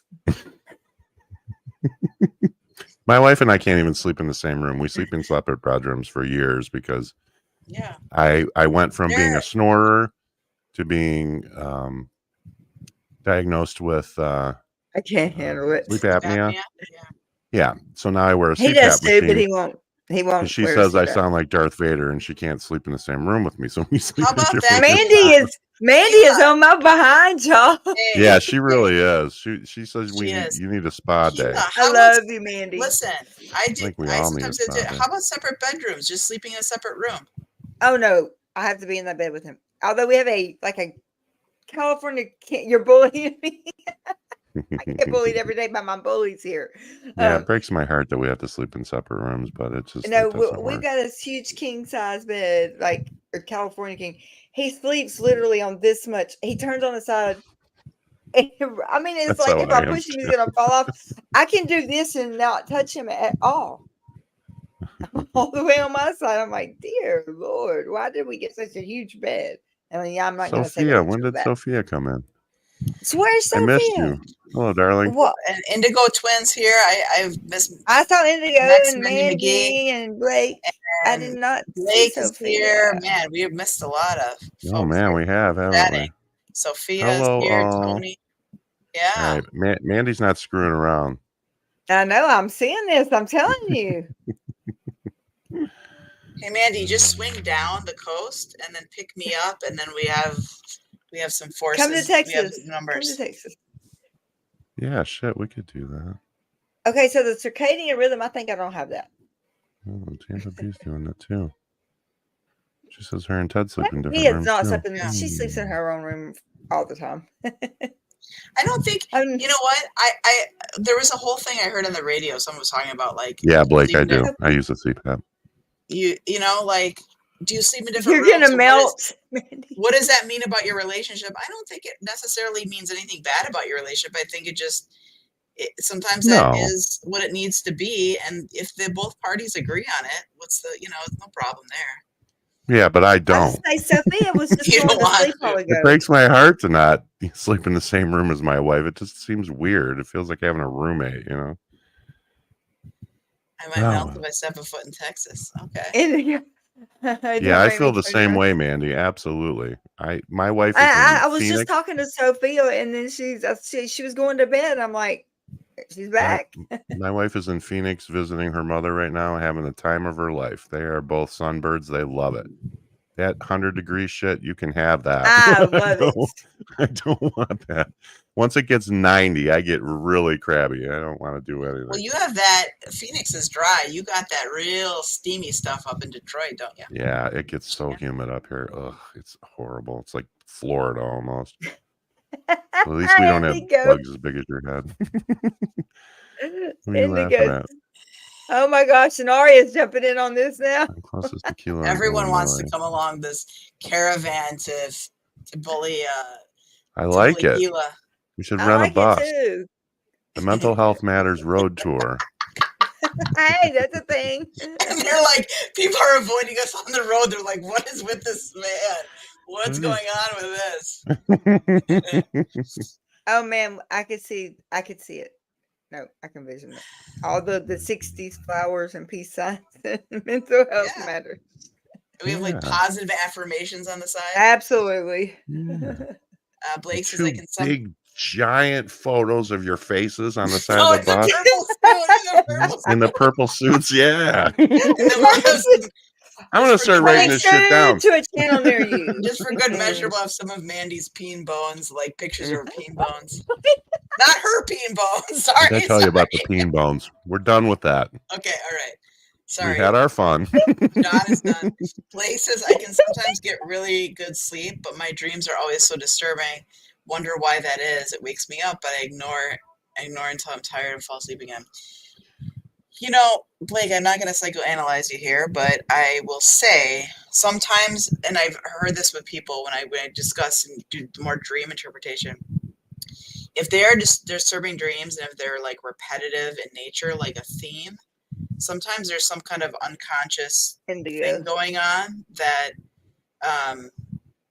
maybe to work through. And I'm not trying to say anything about that, but like, for instance, maybe I'll have someone that comes to me and says, I have a dream, a repetitive dream that I'm being chased through a forest or something. And it's a bad guy behind me. And we'll kind of look at that. And then one of the things, by the way, one of the interventions for that, if anyone has bad dreams, is to wake up. And if you remember it, or finish it in a way that's like empowering. So finish it, like, not that the bad guy catches you in the forest and he does something bad to you, but like you turn around and, you know, you punch him in the face, or you tell him stop and go back to where you, whatever, right? And you take control of the situation. Sometimes that can be powerful depending on what the dream is, right? And what the meaning is behind it. So just food for thought. Okay, so I have a question then. What does it mean when you don't dream? I already know this answer. I'm not getting enough REM. You're not getting into REM sleep. Right? I don't dream. Keep a dream journal. Right, Gretchen? Is that what it means? I'm not getting enough REM. Now, here's what I was always told. I was told that people that don't dream, it's actually they're getting good sleep. But I don't know in Keilah's case. Really? But is it REM? I thought it was the opposite, that you're not getting into deep sleep, REM sleep. By the way, Indigo Twin is ordering a purple suit. I think I saw that. Yep. So, and Cricket already has one. So, I mean, we're going to have a party of purple. Ann. Oh, now Kathy Ann was supposed to let out the secret. Oh. What secret? I'll be back. I'm going to excuse myself out for just one moment, okay? I'll be right back. Wow. Okay. All right. Some kind of secret. That's some pretty shady shit right there. She saw that part. No, I've already done like 5 parts. I might not have to get off. Let me see if I can come over here. Wait, I got a bunch of windows open over here. I'm here. Do what you need to do. I'm just getting quiet. I don't dream, and I'm serious about that. Blake says, oh, and Dr. Gretchen, I have a question. Do you know what that sensation is where your body locks up momentarily while you try to fall asleep? Is that sleep paralysis? Is it like hypnagogic lockup? Are you talking about where your body jolts? Are you talking about that one? Because there's kind of I get that. I've never heard of sleep paralysis, though. That's weird. Yeah, I get that. Your whole body jumps right as you're falling. Right as you're falling asleep. And I think there's like a primitive kind of backstory to that one. But I'd like to know more. And I think we emailed back and forth. If you want to send me an email about it, I'd be interested to understand a little bit more about that. Yeah, that's bizarre. Yeah. And I mean, if it's something that, I mean, a lot of people have like restless leg syndrome or other things. It's always good to get things if you feel like that's something that's, you know, distressing to you, to get it checked out by a doctor. Yeah.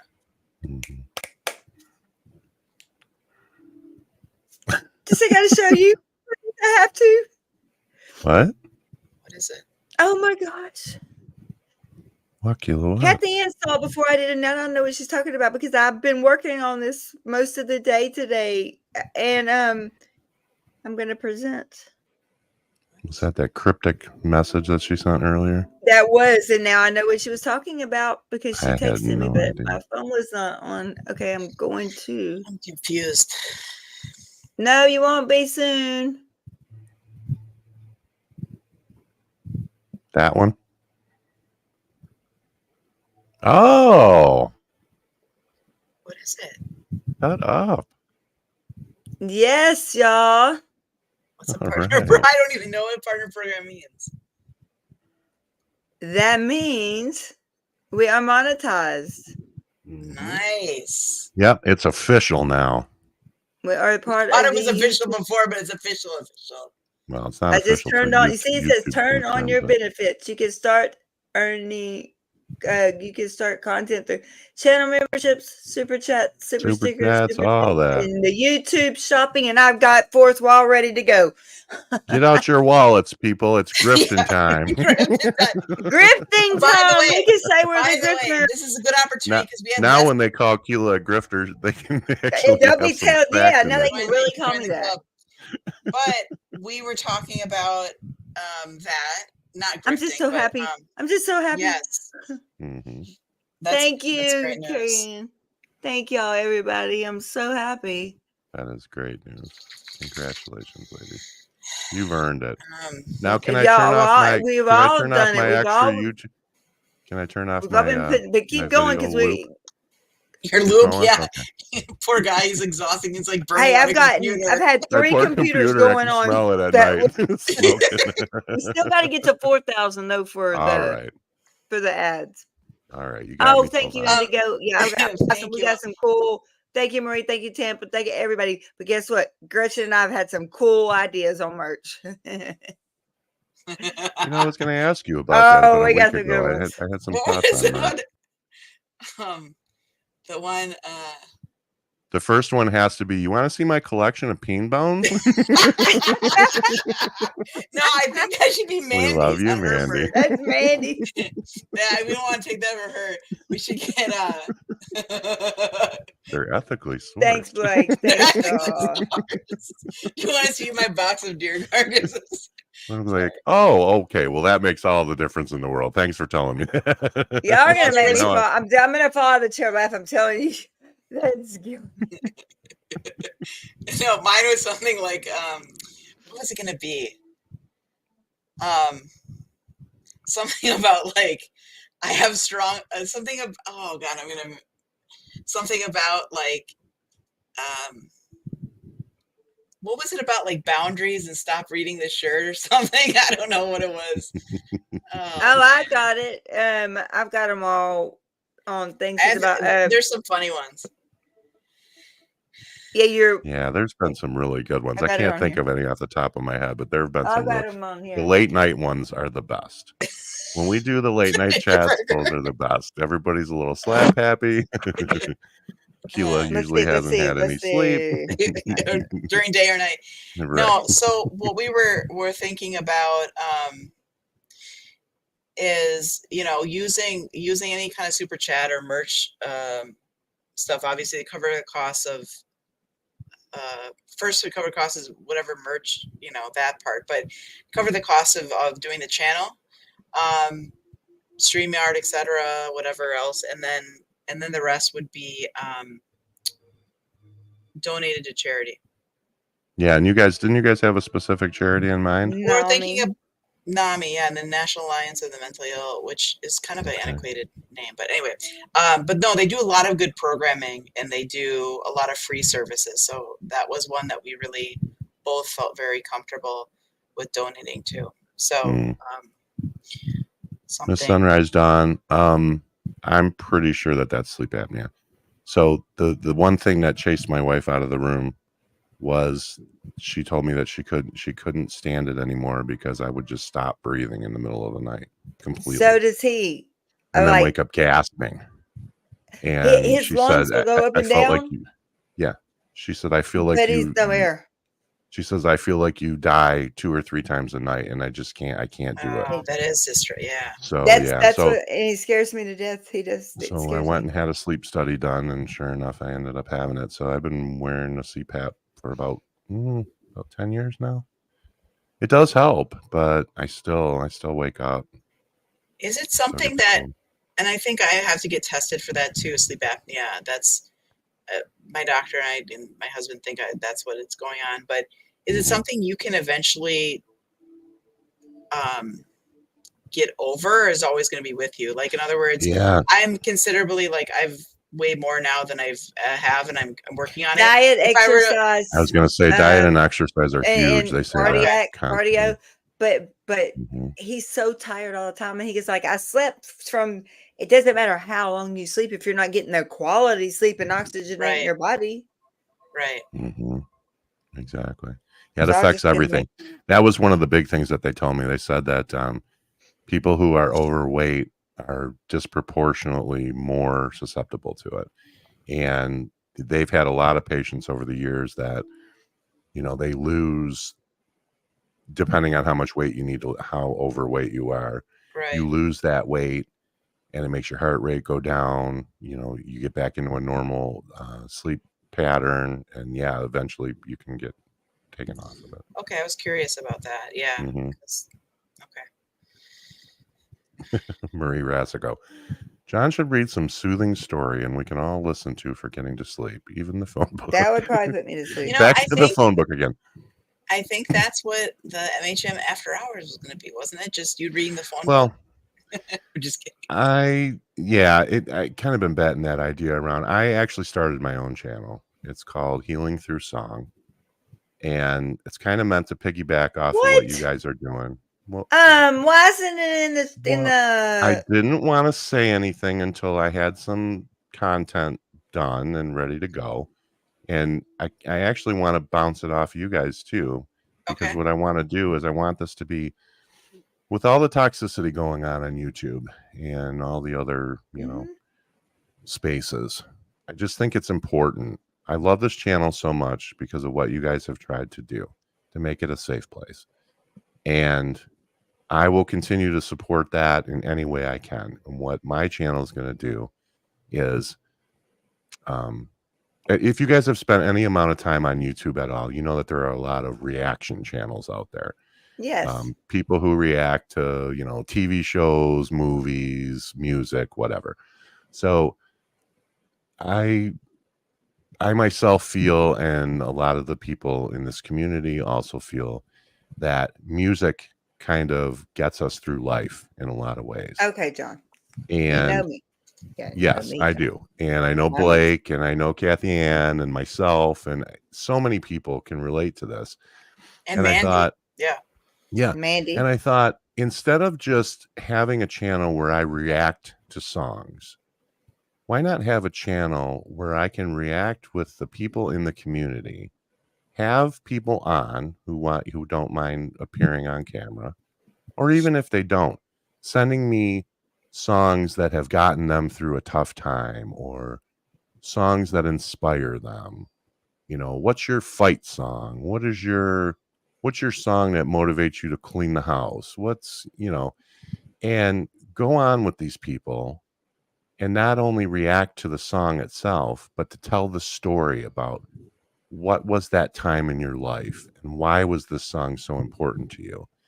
I love that. Yeah, and build a community based on that. I love that. So it's a reaction channel, but it's a reaction channel with a story. And so I'm not just reacting to a song. John, I love that. Do you? Yeah, I do too. Great idea. Yes. As soon as I came up with the idea, I thought, I'm feeling called to this. And once the initial idea hit me, I just started having hundreds of ideas, and I don't know if I want it to be the kind of channel where I just develop content. I love this format that we have. We just go live, and maybe we just have a rough idea of what we're going to do. Those seem to be the most. We do study into some of that. Yeah, but I mean, those lives are the ones that we get the most reaction to. We get the most back and forth. I love that. I don't want to just sit in front of a camera and make content. You know what I mean? I want to sit with people that we care about. I want to sit down with, what are you showing? What Gretchen's got to wear the next time. Oh, the blue suit? That's not really showing up. I can see a face, but not much of. Oh, there it is. Oh, yeah. Oh, gosh. The famous purple suit. The famous like Keilah in the hospital. But no, I hear you. It's the spontaneous. And I was just commenting, by the way, if I can dovetail on what you're saying, John, is I have appreciated, like, I had a vision as when Keilah and I first talked about this, we had a vision for what this might look like. And I think it's taken a turn, not a turn for the bad. It was just kind of went a different way in some ways on some lives. And the spontaneity, as you spoke about, I really enjoyed just, chit-chatting and seeing what comes to be. And I think we all have like just a good chemistry with each other, which is weird because first of all, I've never met any of you in person. And we just really met in the last few months. Right. I mean, at least with me. So it's cool. So I think that's a great idea. I mean, I love it. Yeah. And so I bounced the idea off of one of our mod chat groups a couple of days ago. And I got so much positive feedback from everybody, from Blake, from Rachel, from Shelly Kelly, from Miss Sunrise Dawn. Everybody has that story. At least one. Some of us, the way I look at it, music is like, this is going to sound corny, but music is like a tapestry.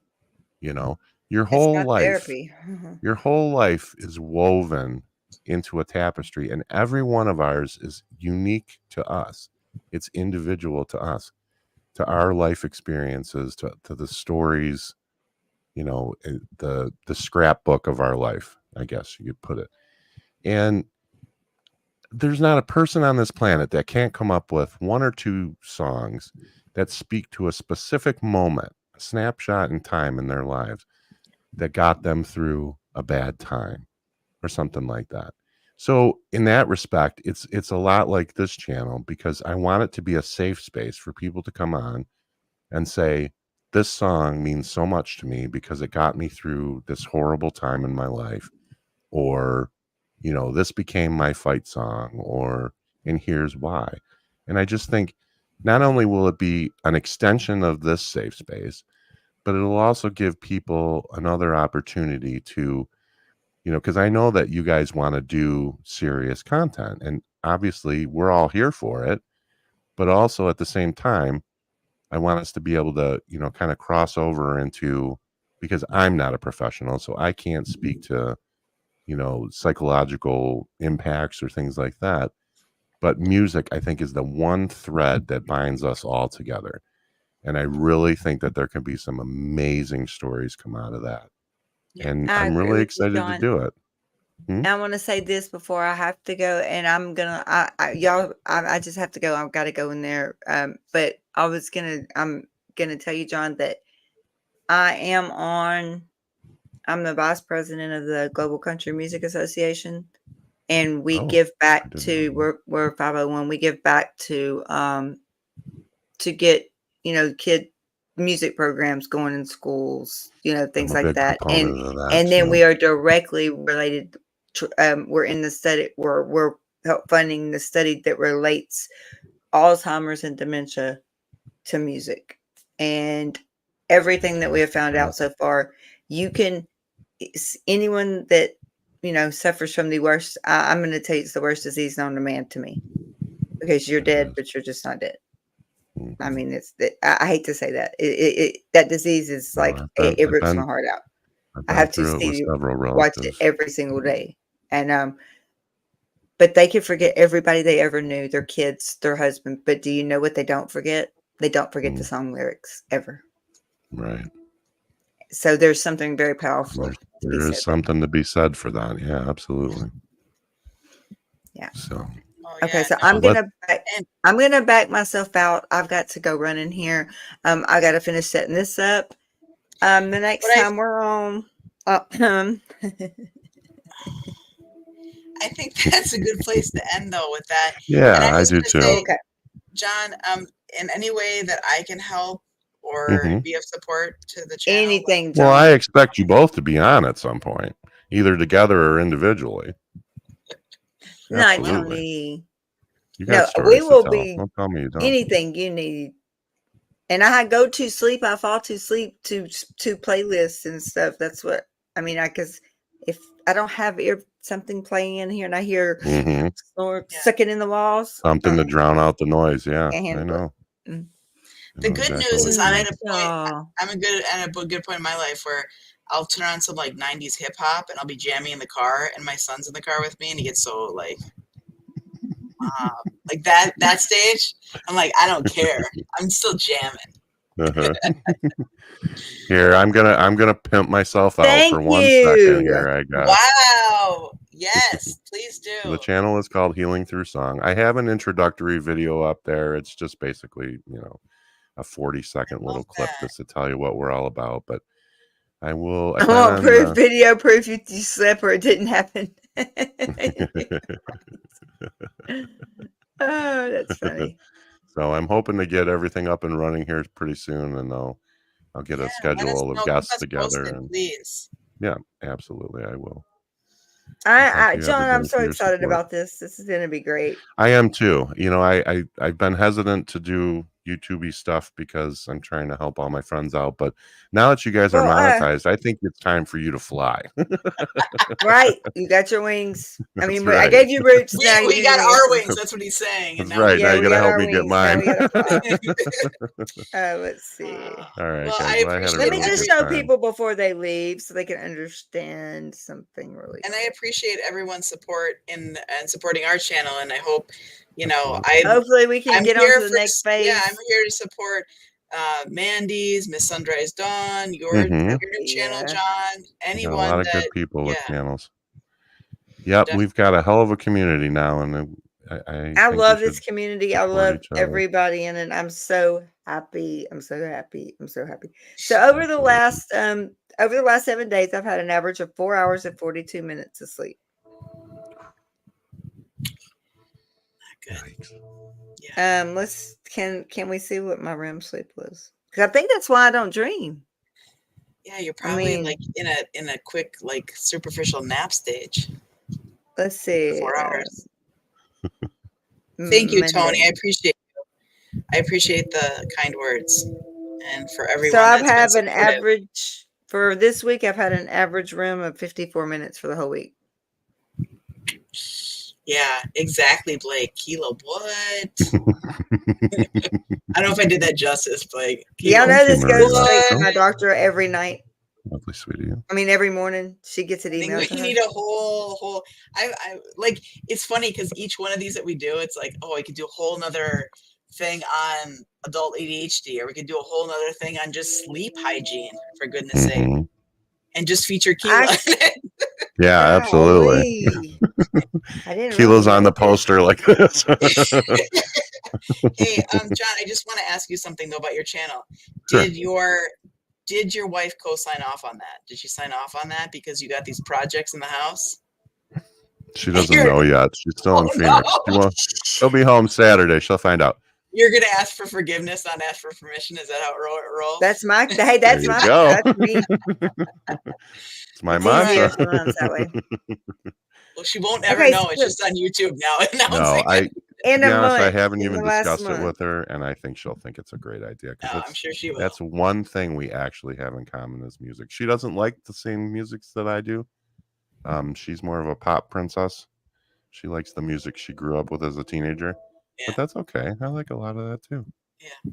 Took her to see Pink in concert. She liked that. I love Pink. Yeah, she was great. Okay, so this is not too good. Yeah, I agree. I need more here. It's 7:00 and I got a lot of stuff to do before I got to go before he goes to bed and leaves me and gets upset. I don't want mad at me. Yes, please.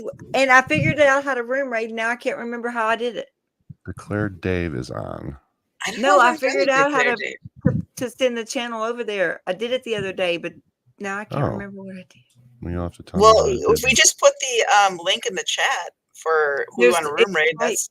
Yeah, I mean that'll work. But there's a way to send the whole channel over there. You just have to get his link and put it in somewhere. Life just went live. Wow, there's lots of dynamic stuff. Oh, okay. Well, then everybody we're stepping on everybody now. Yeah, I don't want to step around. Okay, All I love right. all y'all. Well, life Thank you. goals. All Yeah. right, we love you guys. Take I'm care. coming over here to set everything up, and I'm so excited. Congratulations, y'all, Thank for you. helping us. Congratulations, Gretchen. Woo. Yes, thank you. And congratulations to you, and congratulations to John for starting his channel too. Yes, and I love you all so much. So, bye, Sophia. Go back to sleep. Yeah, All earbuds right. is what I Here, have guys. in every night. Yeah, good night. All We right. love you. All right. Good Let me night, get everybody. into Bye-bye. Bye, y'all. Good Thank night. you, mods, for everything. Thank you, John. I'm serious. Like, No so problem. much thanks. And here we go.